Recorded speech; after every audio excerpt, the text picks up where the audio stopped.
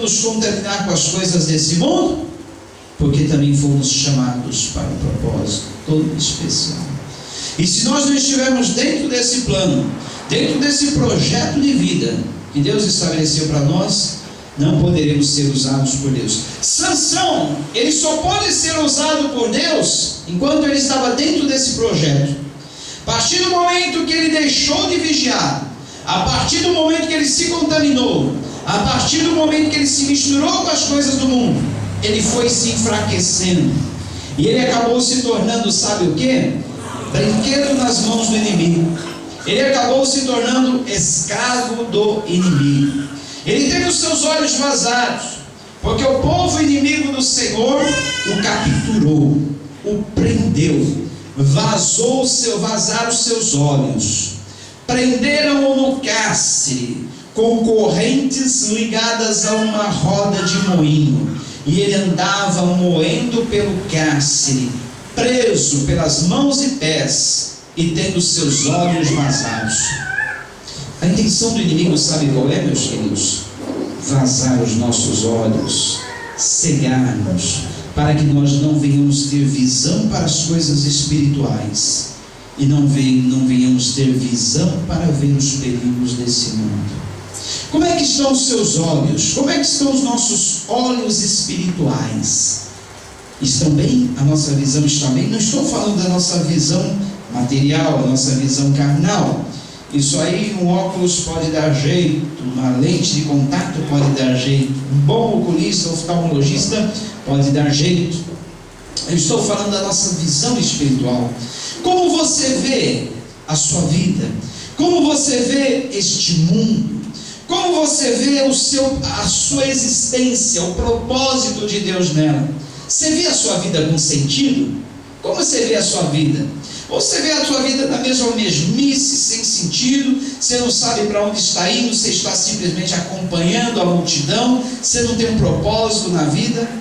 O nosso propósito maior nessa vida deve ser servir e adorar a Deus, viver para Ele, porque por Ele nós fomos criados, por Ele nós vivemos, e a nossa vida tem que ser por Ele e para Ele, porque dele, por Ele e para Ele são todas as coisas. Amém. Que maravilha. Então, se a nossa vida não estiver focada nesse propósito, nesse sentido, não há sentido na nossa vida. E aí é por isso que muitos dão cabo na sua vida, é por isso que muitos partem para a bebida, partem para as drogas, partem para a vida imoral, porque perderam o sentido da vida, já não vê mais um propósito na sua existência. Mas quando nós temos a visão espiritual, que nós vemos que nós fomos criados para um propósito, que o nosso propósito nessa vida é cumprir os propósitos de Deus, é viver para adorar a Deus e o servir, tudo para nós está bom, conquanto que nós estejamos na vontade do Senhor, no serviço do Senhor, na adoração ao Senhor, tudo mais está bom. Sabe que Paulo, grande apóstolo do Senhor, ele diz, ele era um homem que tinha tudo na vida, ele tinha uma boa formação, uma boa criação, vinha de uma família de renome, uma família abastada, e ele abriu mão de tudo, largou tudo, para cumprir o propósito que Deus tinha na vida dele. Ele entendeu o propósito para o qual Deus o havia criado. Aí sabe o que ele disse? Depois que ele estava sofrendo perseguições, prisões por causa do Evangelho, estava sofrendo açoites, estava sendo maltratado, tudo isso para cumprir a vontade de Deus, pregar, levar a palavra onde Deus o mandasse, ele disse assim: em nada eu tenho a minha vida por preciosa, em nada, conquanto a não ser cumprir o propósito, a carreira para a qual eu fui destinado, ou seja, cumprir o propósito de pregar a palavra de Deus e viver o Evangelho de Cristo. Então ele diz: enquanto eu faço essas coisas, cumpro o propósito de Deus na minha vida, eu não tenho mais nada por precioso na minha vida. Eu posso perder tudo, eu posso sofrer todas as coisas, pode acontecer o que for comigo, porque em nada disso eu estou ligando, conquanto que eu possa cumprir o propósito de Deus na minha vida. É por isso que ele estava alegre nas provações, alegre na bonança. Ele estava alegre quando ele tinha as coisas, ele estava alegre quando ele não tinha as coisas, ele estava alegre quando ele estava livre, ele estava alegre quando ele estava na prisão, ele estava alegre quando ele estava em perseguição, quando não estava em perseguição, ele estava sempre feliz, porque em todas as coisas ele estava ali cumprindo o propósito e a vontade de Deus na vida dele. Em Romanos 8, 28 ele diz: porque sabemos que todas as coisas cooperam juntamente para o bem daqueles que amam a Deus e que são chamados pelos seus decretos. Ele diz: eu estou bem certo que nem a morte, nem a vida, nem anjos, nem principados, nem coisas do presente, nem do porvir, nem poderes, nem altura, nem profundidade, nem qualquer outra criatura poderá nos separar do amor de Deus que está em Cristo Jesus nosso Senhor. Que maravilha! Para a pessoa chegar a esse ponto, dizer assim: estou satisfeito com tudo que tenho. Irmãos, devemos estar assim, tendo o que comer, o que nos cobrir, nos vestir, estejamos com isso satisfeitos. Para alguém chegar nesse nível, ele precisou ter visão de Deus, visão espiritual. E essa visão, ele nos relata, ele tinha essa visão espiritual, porque ele diz que ele subiu até o terceiro céu. Não o céu que nós contemplamos com os nossos olhos naturais, o céu onde nós vemos as estrelas, a lua. Não o céu onde os astrônomos veem as galáxias, veem os planetas, mas ele subiu até o terceiro céu.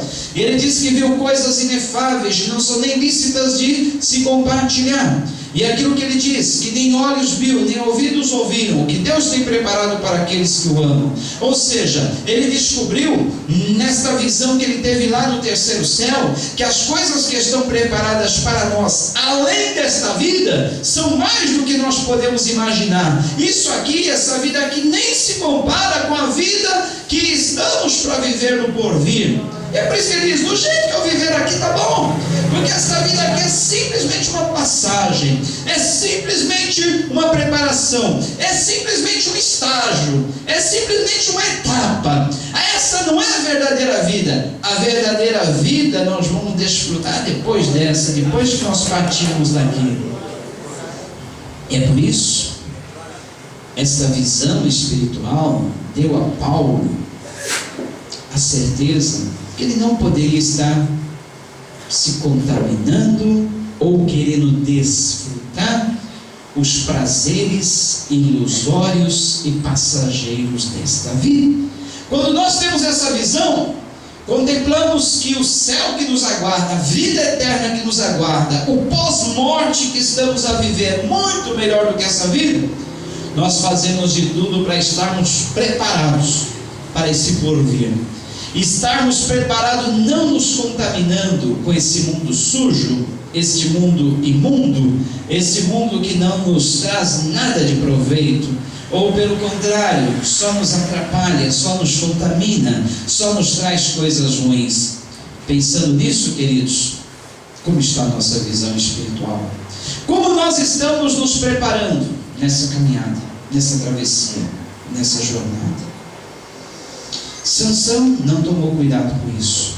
Sansão se contaminou, comeu de coisas que não era para comer, bebeu o que não era para beber, fez o que não era para fazer, perdeu a visão, se tornou escravo e finalmente morreu. Sansão morreu. Sansão foi soterrado por um grande terremoto que aconteceu no templo da casa do inimigo, onde ele estava servindo de brinquedo, onde ele estava servindo como diversão. É isso que o inimigo quer nos transformar, em brinquedo dele, em objeto para ele se divertir. Nós que fomos criados por uma grande missão, nós que fomos criados por um grande propósito, o inimigo quer nos transformar em seus brinquedos. O inimigo quer nos transformar em sua diversão. E sabe que muitas vezes consentimos, aceitamos. Ah, inimigo, você quer me transformar num simples brinquedo? Eu que fui criado para a glória de Deus, por um propósito especial, tu quer que eu seja seu brinquedo? Pode me usar, pode fazer de mim o que quiser. Não é assim? Quando nós consentimos com o pecado, quando nós aceitamos o jogo do inimigo, quando nós aceitamos nos contaminar com as impurezas desse mundo, nós estamos aceitando que Satanás nos use como seu brinquedo, nos jogue de um lado para outro, nos engameie e acaba nos descartando e jogando-nos fora de uma vez por todas. Não aceite isso, meu querido, minha querida, não aceite isso. Dedique a sua vida, consagre a sua vida para ser aquilo para o qual Deus te constituiu, Deus te formou, Deus te criou. Deus tem um propósito muito especial. Você nem imagina as coisas que Ele quer fazer na sua vida.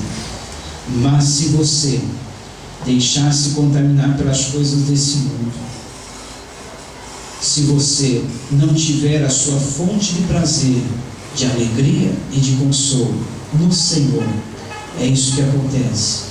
Satanás usa você, joga você de um lado para o outro, te enlameia, e quando finalmente você não prestar mais para nada, nem para ser usado nas mãos dele, ele pega e te descarta de vez. Aí a sua vida, que era para ser usada para um propósito especial de Deus, acaba sendo destruída nas mãos dele. Curve a sua cabeça comigo. Eu oro para que nós, nesse momento, nós venhamos ter visão espiritual. Nós venhamos estar livres das contaminações do mundo. Nós venhamos estar dedicados, consagrados a Deus. Que o propósito para o qual Deus nos constituiu seja plenamente cumprido, seja plenamente realizado nas nossas vidas. Há um propósito para o qual Deus te chamou.